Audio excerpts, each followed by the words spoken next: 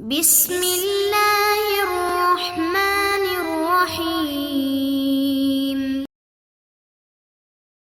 اعوذ باللہ من الشیطان الرجیم، بسم اللہ الرحمن الرحیم۔ الحمد للہ رب العالمین والصلاة والسلام علی سیدنا وحبیبنا محمد وآلہ الطیبین الطاہرین۔ عزیز ساتھیو، السلام علیکم ورحمۃ اللہ وبرکاتہ۔ ہم گفتگو کر رہے ہیں امر کے بارے میں، اور ابھی تک ہم ہیئت امر کس چیز کے لیے وضع ہوئی ہے اس کے بارے میں جان چکے ہیں، اور سابقہ درس کا خلاصہ اگر ہم بیان کریں تو خلاصہ یہ ہوگا کہ ہیئت امر مثلا افعل، یہ ہیئت وضع ہوئی ہے انشاء بعث کے لیے، اور مصنف نے اسی نظریے کو اختیار کیا تھا، اور مصنف نے فرمایا باقی تمام تر معانی جو قرآن میں مذکور ہیں یا علماء ذکر کرتے ہیں، ان تمام معانی کو ہم ہیئت امر کے موضوع لہ قرار نہیں دے سکتے، بلکہ ان معانی کے بارے میں ہمارا یہ نظریہ ہے وہ معانی دواعی کی حیثیت رکھتے ہیں۔ معنی صرف ایک ہے، وہ معنی ہے انشاء بعث۔ آج کی ہماری گفتگو بھی امر کے بارے میں ہی ہے، لیکن آج کی ہماری گفتگو میں ہم انشاءاللہ یہ جانیں گے کہ دلالت ہیئت الامر علی الوجوب، یعنی ہیئت امر کس چیز پر دلالت کرتی ہے جب شارع مقدس کی طرف سے یا کسی بھی شخص کی طرف سے کوئی امر آ جائے جس کے پاس امر کرنے کا حق حاصل ہو، تو وہ جو امر ہے جو صیغہ امر کی شکل میں موجود ہے، تو وہ صیغہ امر کس چیز پر دلالت کرتا ہے، یعنی کیا ہم جو مأمور ہے ہمارے لیے ان اوامر پر عمل کرنا ضروری ہوگا، یا ہمارے لیے ان اوامر پر عمل کرنا مستحب ہوگا، یا ہمارے لیے ان اوامر پر عمل کرنا نہ وجوب کی حیثیت رکھتا ہے اور نہ ہی استحباب۔ تو مبحث ثانی اسی چیز کے بارے میں ہے کہ ہیئت امر کی دلالت۔ ہم نے پہلے ہی کہا تھا کہ ہیئت امر انشاء بعث کے لیے وضع ہوئی ہے، نہ وجوب کے لیے اور نہ ہی استحباب کے لیے، یعنی پہلے بھی کہہ دیا ہے نہ یہ ہیئت وجوب پر دلالت کرتی ہے اور نہ ہی استحباب پر، لیکن اس کے باوجود بحث ہوئی ہے کہ اگر امر سے مقصود مولا کا علم نہ ہو اور مولا نے علی وجہ لزوم کسی فعل کو طلب کیا ہے یا علی وجہ الاستحباب، تو اس وقت اس کی دلالت کس چیز پر ہوگی؟ یعنی جب بھی مولا کی طرف سے کوئی امر آتا ہے تو وہاں پر تین صورتیں محتمل ہیں۔ پہلی صورت یہ ہے کوئی قرینہ موجود ہوتا ہے جس سے ہم یہ نتیجہ اخذ کرتے ہیں کہ ہر حالت میں مأمور بہ کا انجام دینا ضروری ہے، اور کسی بھی صورت میں مأمور بہ کو ترک نہیں کیا جا سکتا، اس کو کہتے ہیں وجوب۔ لیکن بعض اوقات قرینہ موجود ہوتا ہے، قرینہ یا حالیہ ہے یا قرینہ مقامیہ ہے۔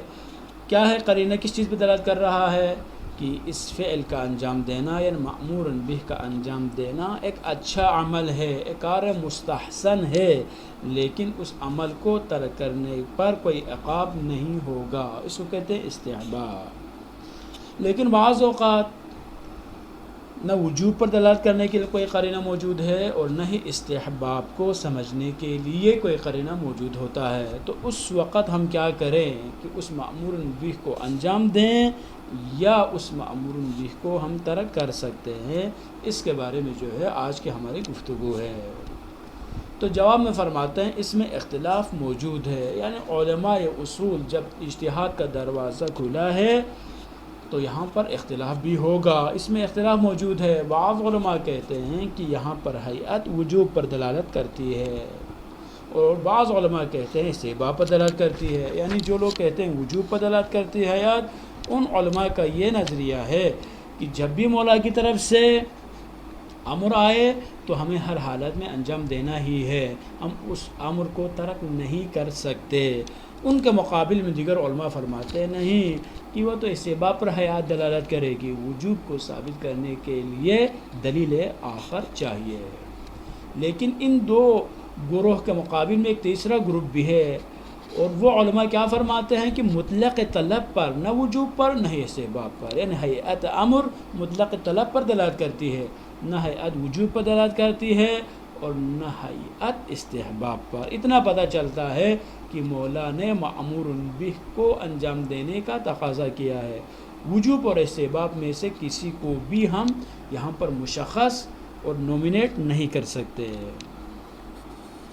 اب ہم بڑھتے ہیں صاحب کتاب کی طرف، ان کا کیا نظریہ ہے۔ چونکہ کتاب الموجز صاحب کتاب آیت اللہ محقق شیخ جعفر سبحانی مدغلہ العالی کی کتاب ہے، تو اس کتاب میں یہ جاننا ضروری ہے کہ صاحب کتاب کیا نظریہ اختیار کرتے ہیں۔ تو صاحب کتاب قول اول کو تسلیم کرتے وہ فرماتے ہیں کہ جب بھی امر ہو اور ہمیں علم نہ ہو تو یہاں پر اس امر سے ہم وجوب کو ہی اخذ کریں گے، اور اس امر کا امتثال ہر حالت میں ضروری ہے۔ اب ہم صاحب کتاب سے ان کی دلیل کے بارے میں سوال کریں گے کہ آپ نے کس دلیل کی بنیاد پر یہ جو کہا ہے، جبکہ آپ نے ہی پہلے کہا تھا کہ ہیئت امر انشاء بعث کے لیے وضع ہوئی ہے، تو یہاں آپ کے پاس کیا دلیل ہے؟ آپ کے پاس دلیل عقلی موجود ہے یا کوئی دلیل نقلی آپ پیش کرتے ہیں؟ تو صاحب کتاب فرماتے ہیں عقل دائرہ مولویت اور عبدیت میں مؤمن عذاب چاہتی ہے۔ یعنی کیا مطلب ہے اس کا مطلب یہ ہے کہ عقل انسانی لأن العقل يحكم بلزوم تحصیل المؤمن فی دائرة المولویت والعبودیت۔ عقل یہ چاہتی ہے کہ اگر ایک طرف مولا ہو دوسری طرف عابد ہو، تو عقل ہمیشہ یہ چاہتی ہے کہ مکلف یا عابد کوئی ایسا عمل انجام دے دیں جس عمل کے انجام دینے کے بعد یہ دنیا اور آخرت دونوں میں محفوظ رہ سکے، عذاب آخرت سے اس کو نجات مل سکے، اس کے لیے کوئی سزا نہ ہو۔ تو پس ان تمام تر چیزوں کا تقاضا یہ ہے کہ مکلف کو چاہیے کہ وہ اس عمل کو جو مولا نے انجام دینے کے لیے کہا ہے انجام دے دے، اور فقط احتمال ندب کی وجہ سے ترک کرنے کو عقل درست نہیں سمجھتی۔ ہم یہ کہہ دیں چونکہ جہاں پر ایکول چانسز ہے، مستحب ہونے کے بھی احتمال ہے اور واجب ہونے کے بھی احتمال ہے، جب دونوں احتمالات یہاں پر موجود ہیں تو پھر ہم کیوں اس کو واجب سمجھیں، بلکہ ہم اس کو ترک بھی کریں تو بھی ٹھیک ہے۔ تو عقل کہتی نہیں، ایسا نہیں ہے، چونکہ حکم کرنے والا مولا ہے تو اس کی اطاعت ہر حالت میں ضروری ہے۔ اور ساتھ ساتھ عقلائے عالم کی سیرت یہ ہے کہ مأمور بہ کو بغیر عذر قاطع کے ترک کرنا درست نہیں ہے۔ عقلائے عالم یہی کہتے ہیں کہ جب بھی شارع کی طرف سے کوئی امر ہو تو اس مأمور بہ کو اگر آپ ترک کرنا چاہتے ہیں تو آپ کے پاس لاجک ہونا ضروری ہے، آپ کے پاس کوئی دلیل موجود ہو، آپ کے پاس عذر ہو تو پھر ٹھیک ہے، اگر عذر نہیں ہے، ریزن آپ کے پاس موجود نہیں ہے اتھینٹک، تو پھر آپ اس کو ترک نہیں کر سکتے۔ اور عذر قاطع دو چیزیں ہو سکتی ہے، پہلی کیا ہے؟ پہلی چیز یہ ثابت ہو جائے کہ بعض ارادہ یا غیر عقیدہ کے ساتھ صادر ہوا ہے۔ یہاں پر مولا کی طرف سے جو امر آیا ہوا ہے، جو طلب مولا کی طرف سے آئی ہے، یہ طلب تو موجود ہے لیکن مولا نے اس طلب میں اتنی زیادہ شدت نہیں رکھی، یعنی مولا ہر حالت میں اس مطلوب کو انجام دینے کا تقاضا نہیں کر رہے، بلکہ ارادہ غیر تاکیدیہ ہے۔ یعنی کیا مطلب ہے؟ چاہیں تو آپ انجام دے دیں اور چاہیں تو انجام نہ دے دیں، لیکن انجام دینا کیا ہے؟ بہتر ہے۔ اگر یہ ثابت ہو جائے، یعنی بالفاظ دیگر یہ ثابت ہو جائے کہ یہ واجب نہیں ہے، اور دوسری صورت میں یہ ہے کہ امتثال امر مولا ہو جائے، یعنی اگر ایک دفعہ آپ انجام دیتے ہیں تو انجام دینے کے بعد دوبارہ اسے انجام دینا ضروری نہیں ہے۔ یہ جو دوسری صورت ہے یہ نتیجے کے اعتبار سے حمل علی الوجوب کے ساتھ متحد ہے، یعنی آپ یہ کہیں کہ یہ واجب ہے، یا آپ یوں کہیں کہ ایک دفعہ انجام دینا ضروری ہے، امتثال اگر ہم کرتے ہیں تب جا کر ہمارے پاس عذر ہمیں مل جاتا ہے اور ہم اس کو چھوڑ سکتے ہیں۔ یہ دونوں نتیجے کے اعتبار سے ایک ہے۔ بس نتیجہ کلام ہیئت امر کا مدلول مطابقی انشاء بعث ہے۔ بس ایک چیز جو یہاں سمجھنا ضروری ہے وہ ہے مدلول مطابقی۔ منطق میں جیسا کہ آپ جانتے ہیں کہ منطق میں دلالت کی مختلف قسمیں ہم بیان کرتے ہیں، تو ان قسموں میں سے ایک دلالت مطابقی ہے۔ اور دلالت مطابقی کی کیا تعریف ہے؟ دلالت مطابقی کی تعریف وہ اید اللفظ علی تمام معناہ الموضوع له، لفظ تمام معنی موضوع اللہ پر دلالت کرے، اس کو کہتے ہیں دلالت مطابقی۔ یہاں پر بھی ہیئت امر کو واضح نے کس کے لیے وضع کیا ہے؟ انشاء بعث کے لیے۔ تو مطابقتاً جس چیز پر یہ ہیئت دلالت کرتی ہے وہ انشاء بعث ہے۔ وجوب اور امتثال ہیئت امر کا مدلول التزامی ہے۔ یہ دلالت کی دوسری جو قسم ہے وہ دلالت تضمنی، اور تیسری جو قسم تھی وہ دلالت التزامی۔ دلالت التزامی کیا ہے؟ وہ اید اللفظ علی معنی خارج عن معناه موضوع اللہ، موضوع اللہ سے خارج ایک معنی پر یہ لفظ دلالت کرتا ہے، لیکن جو خارج میں جو معنی موجود ہے وہ معنی موضوع اللہ کے ساتھ مربوط ہے، ان کے درمیان ایک کنیکشن موجود ہے، ان کے درمیان ایک ریلیشن موجود ہے۔ جیسا کہ دعاؤں کو دیکھنے کے بعد ہمارا ذہن فوراً آگ کی طرف جاتا ہے، تو اس کو کہتے ہیں دلالت التزامی۔ یہاں پر بھی فرماتے ہیں وجوب اور التزام کیا ہے؟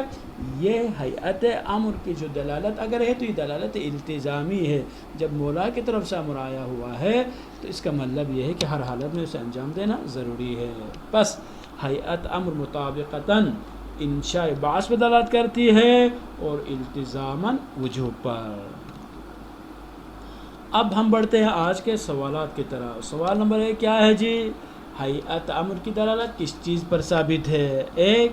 سوال نمبر 2 مصنف کے نظریے پر کون سی دلیل دلالت کرتی ہے؟ اور تیسرا سوال یہ ہے کہ دلالت مطابقی کی تعریف کرے، اور چوتھا آپ کے لیے سوال یہ ہے کہ دلالت التزامی کی وضاحت کرے۔ وصلی اللہ علی سیدنا و نبینا محمد و آلہ الطاہرین۔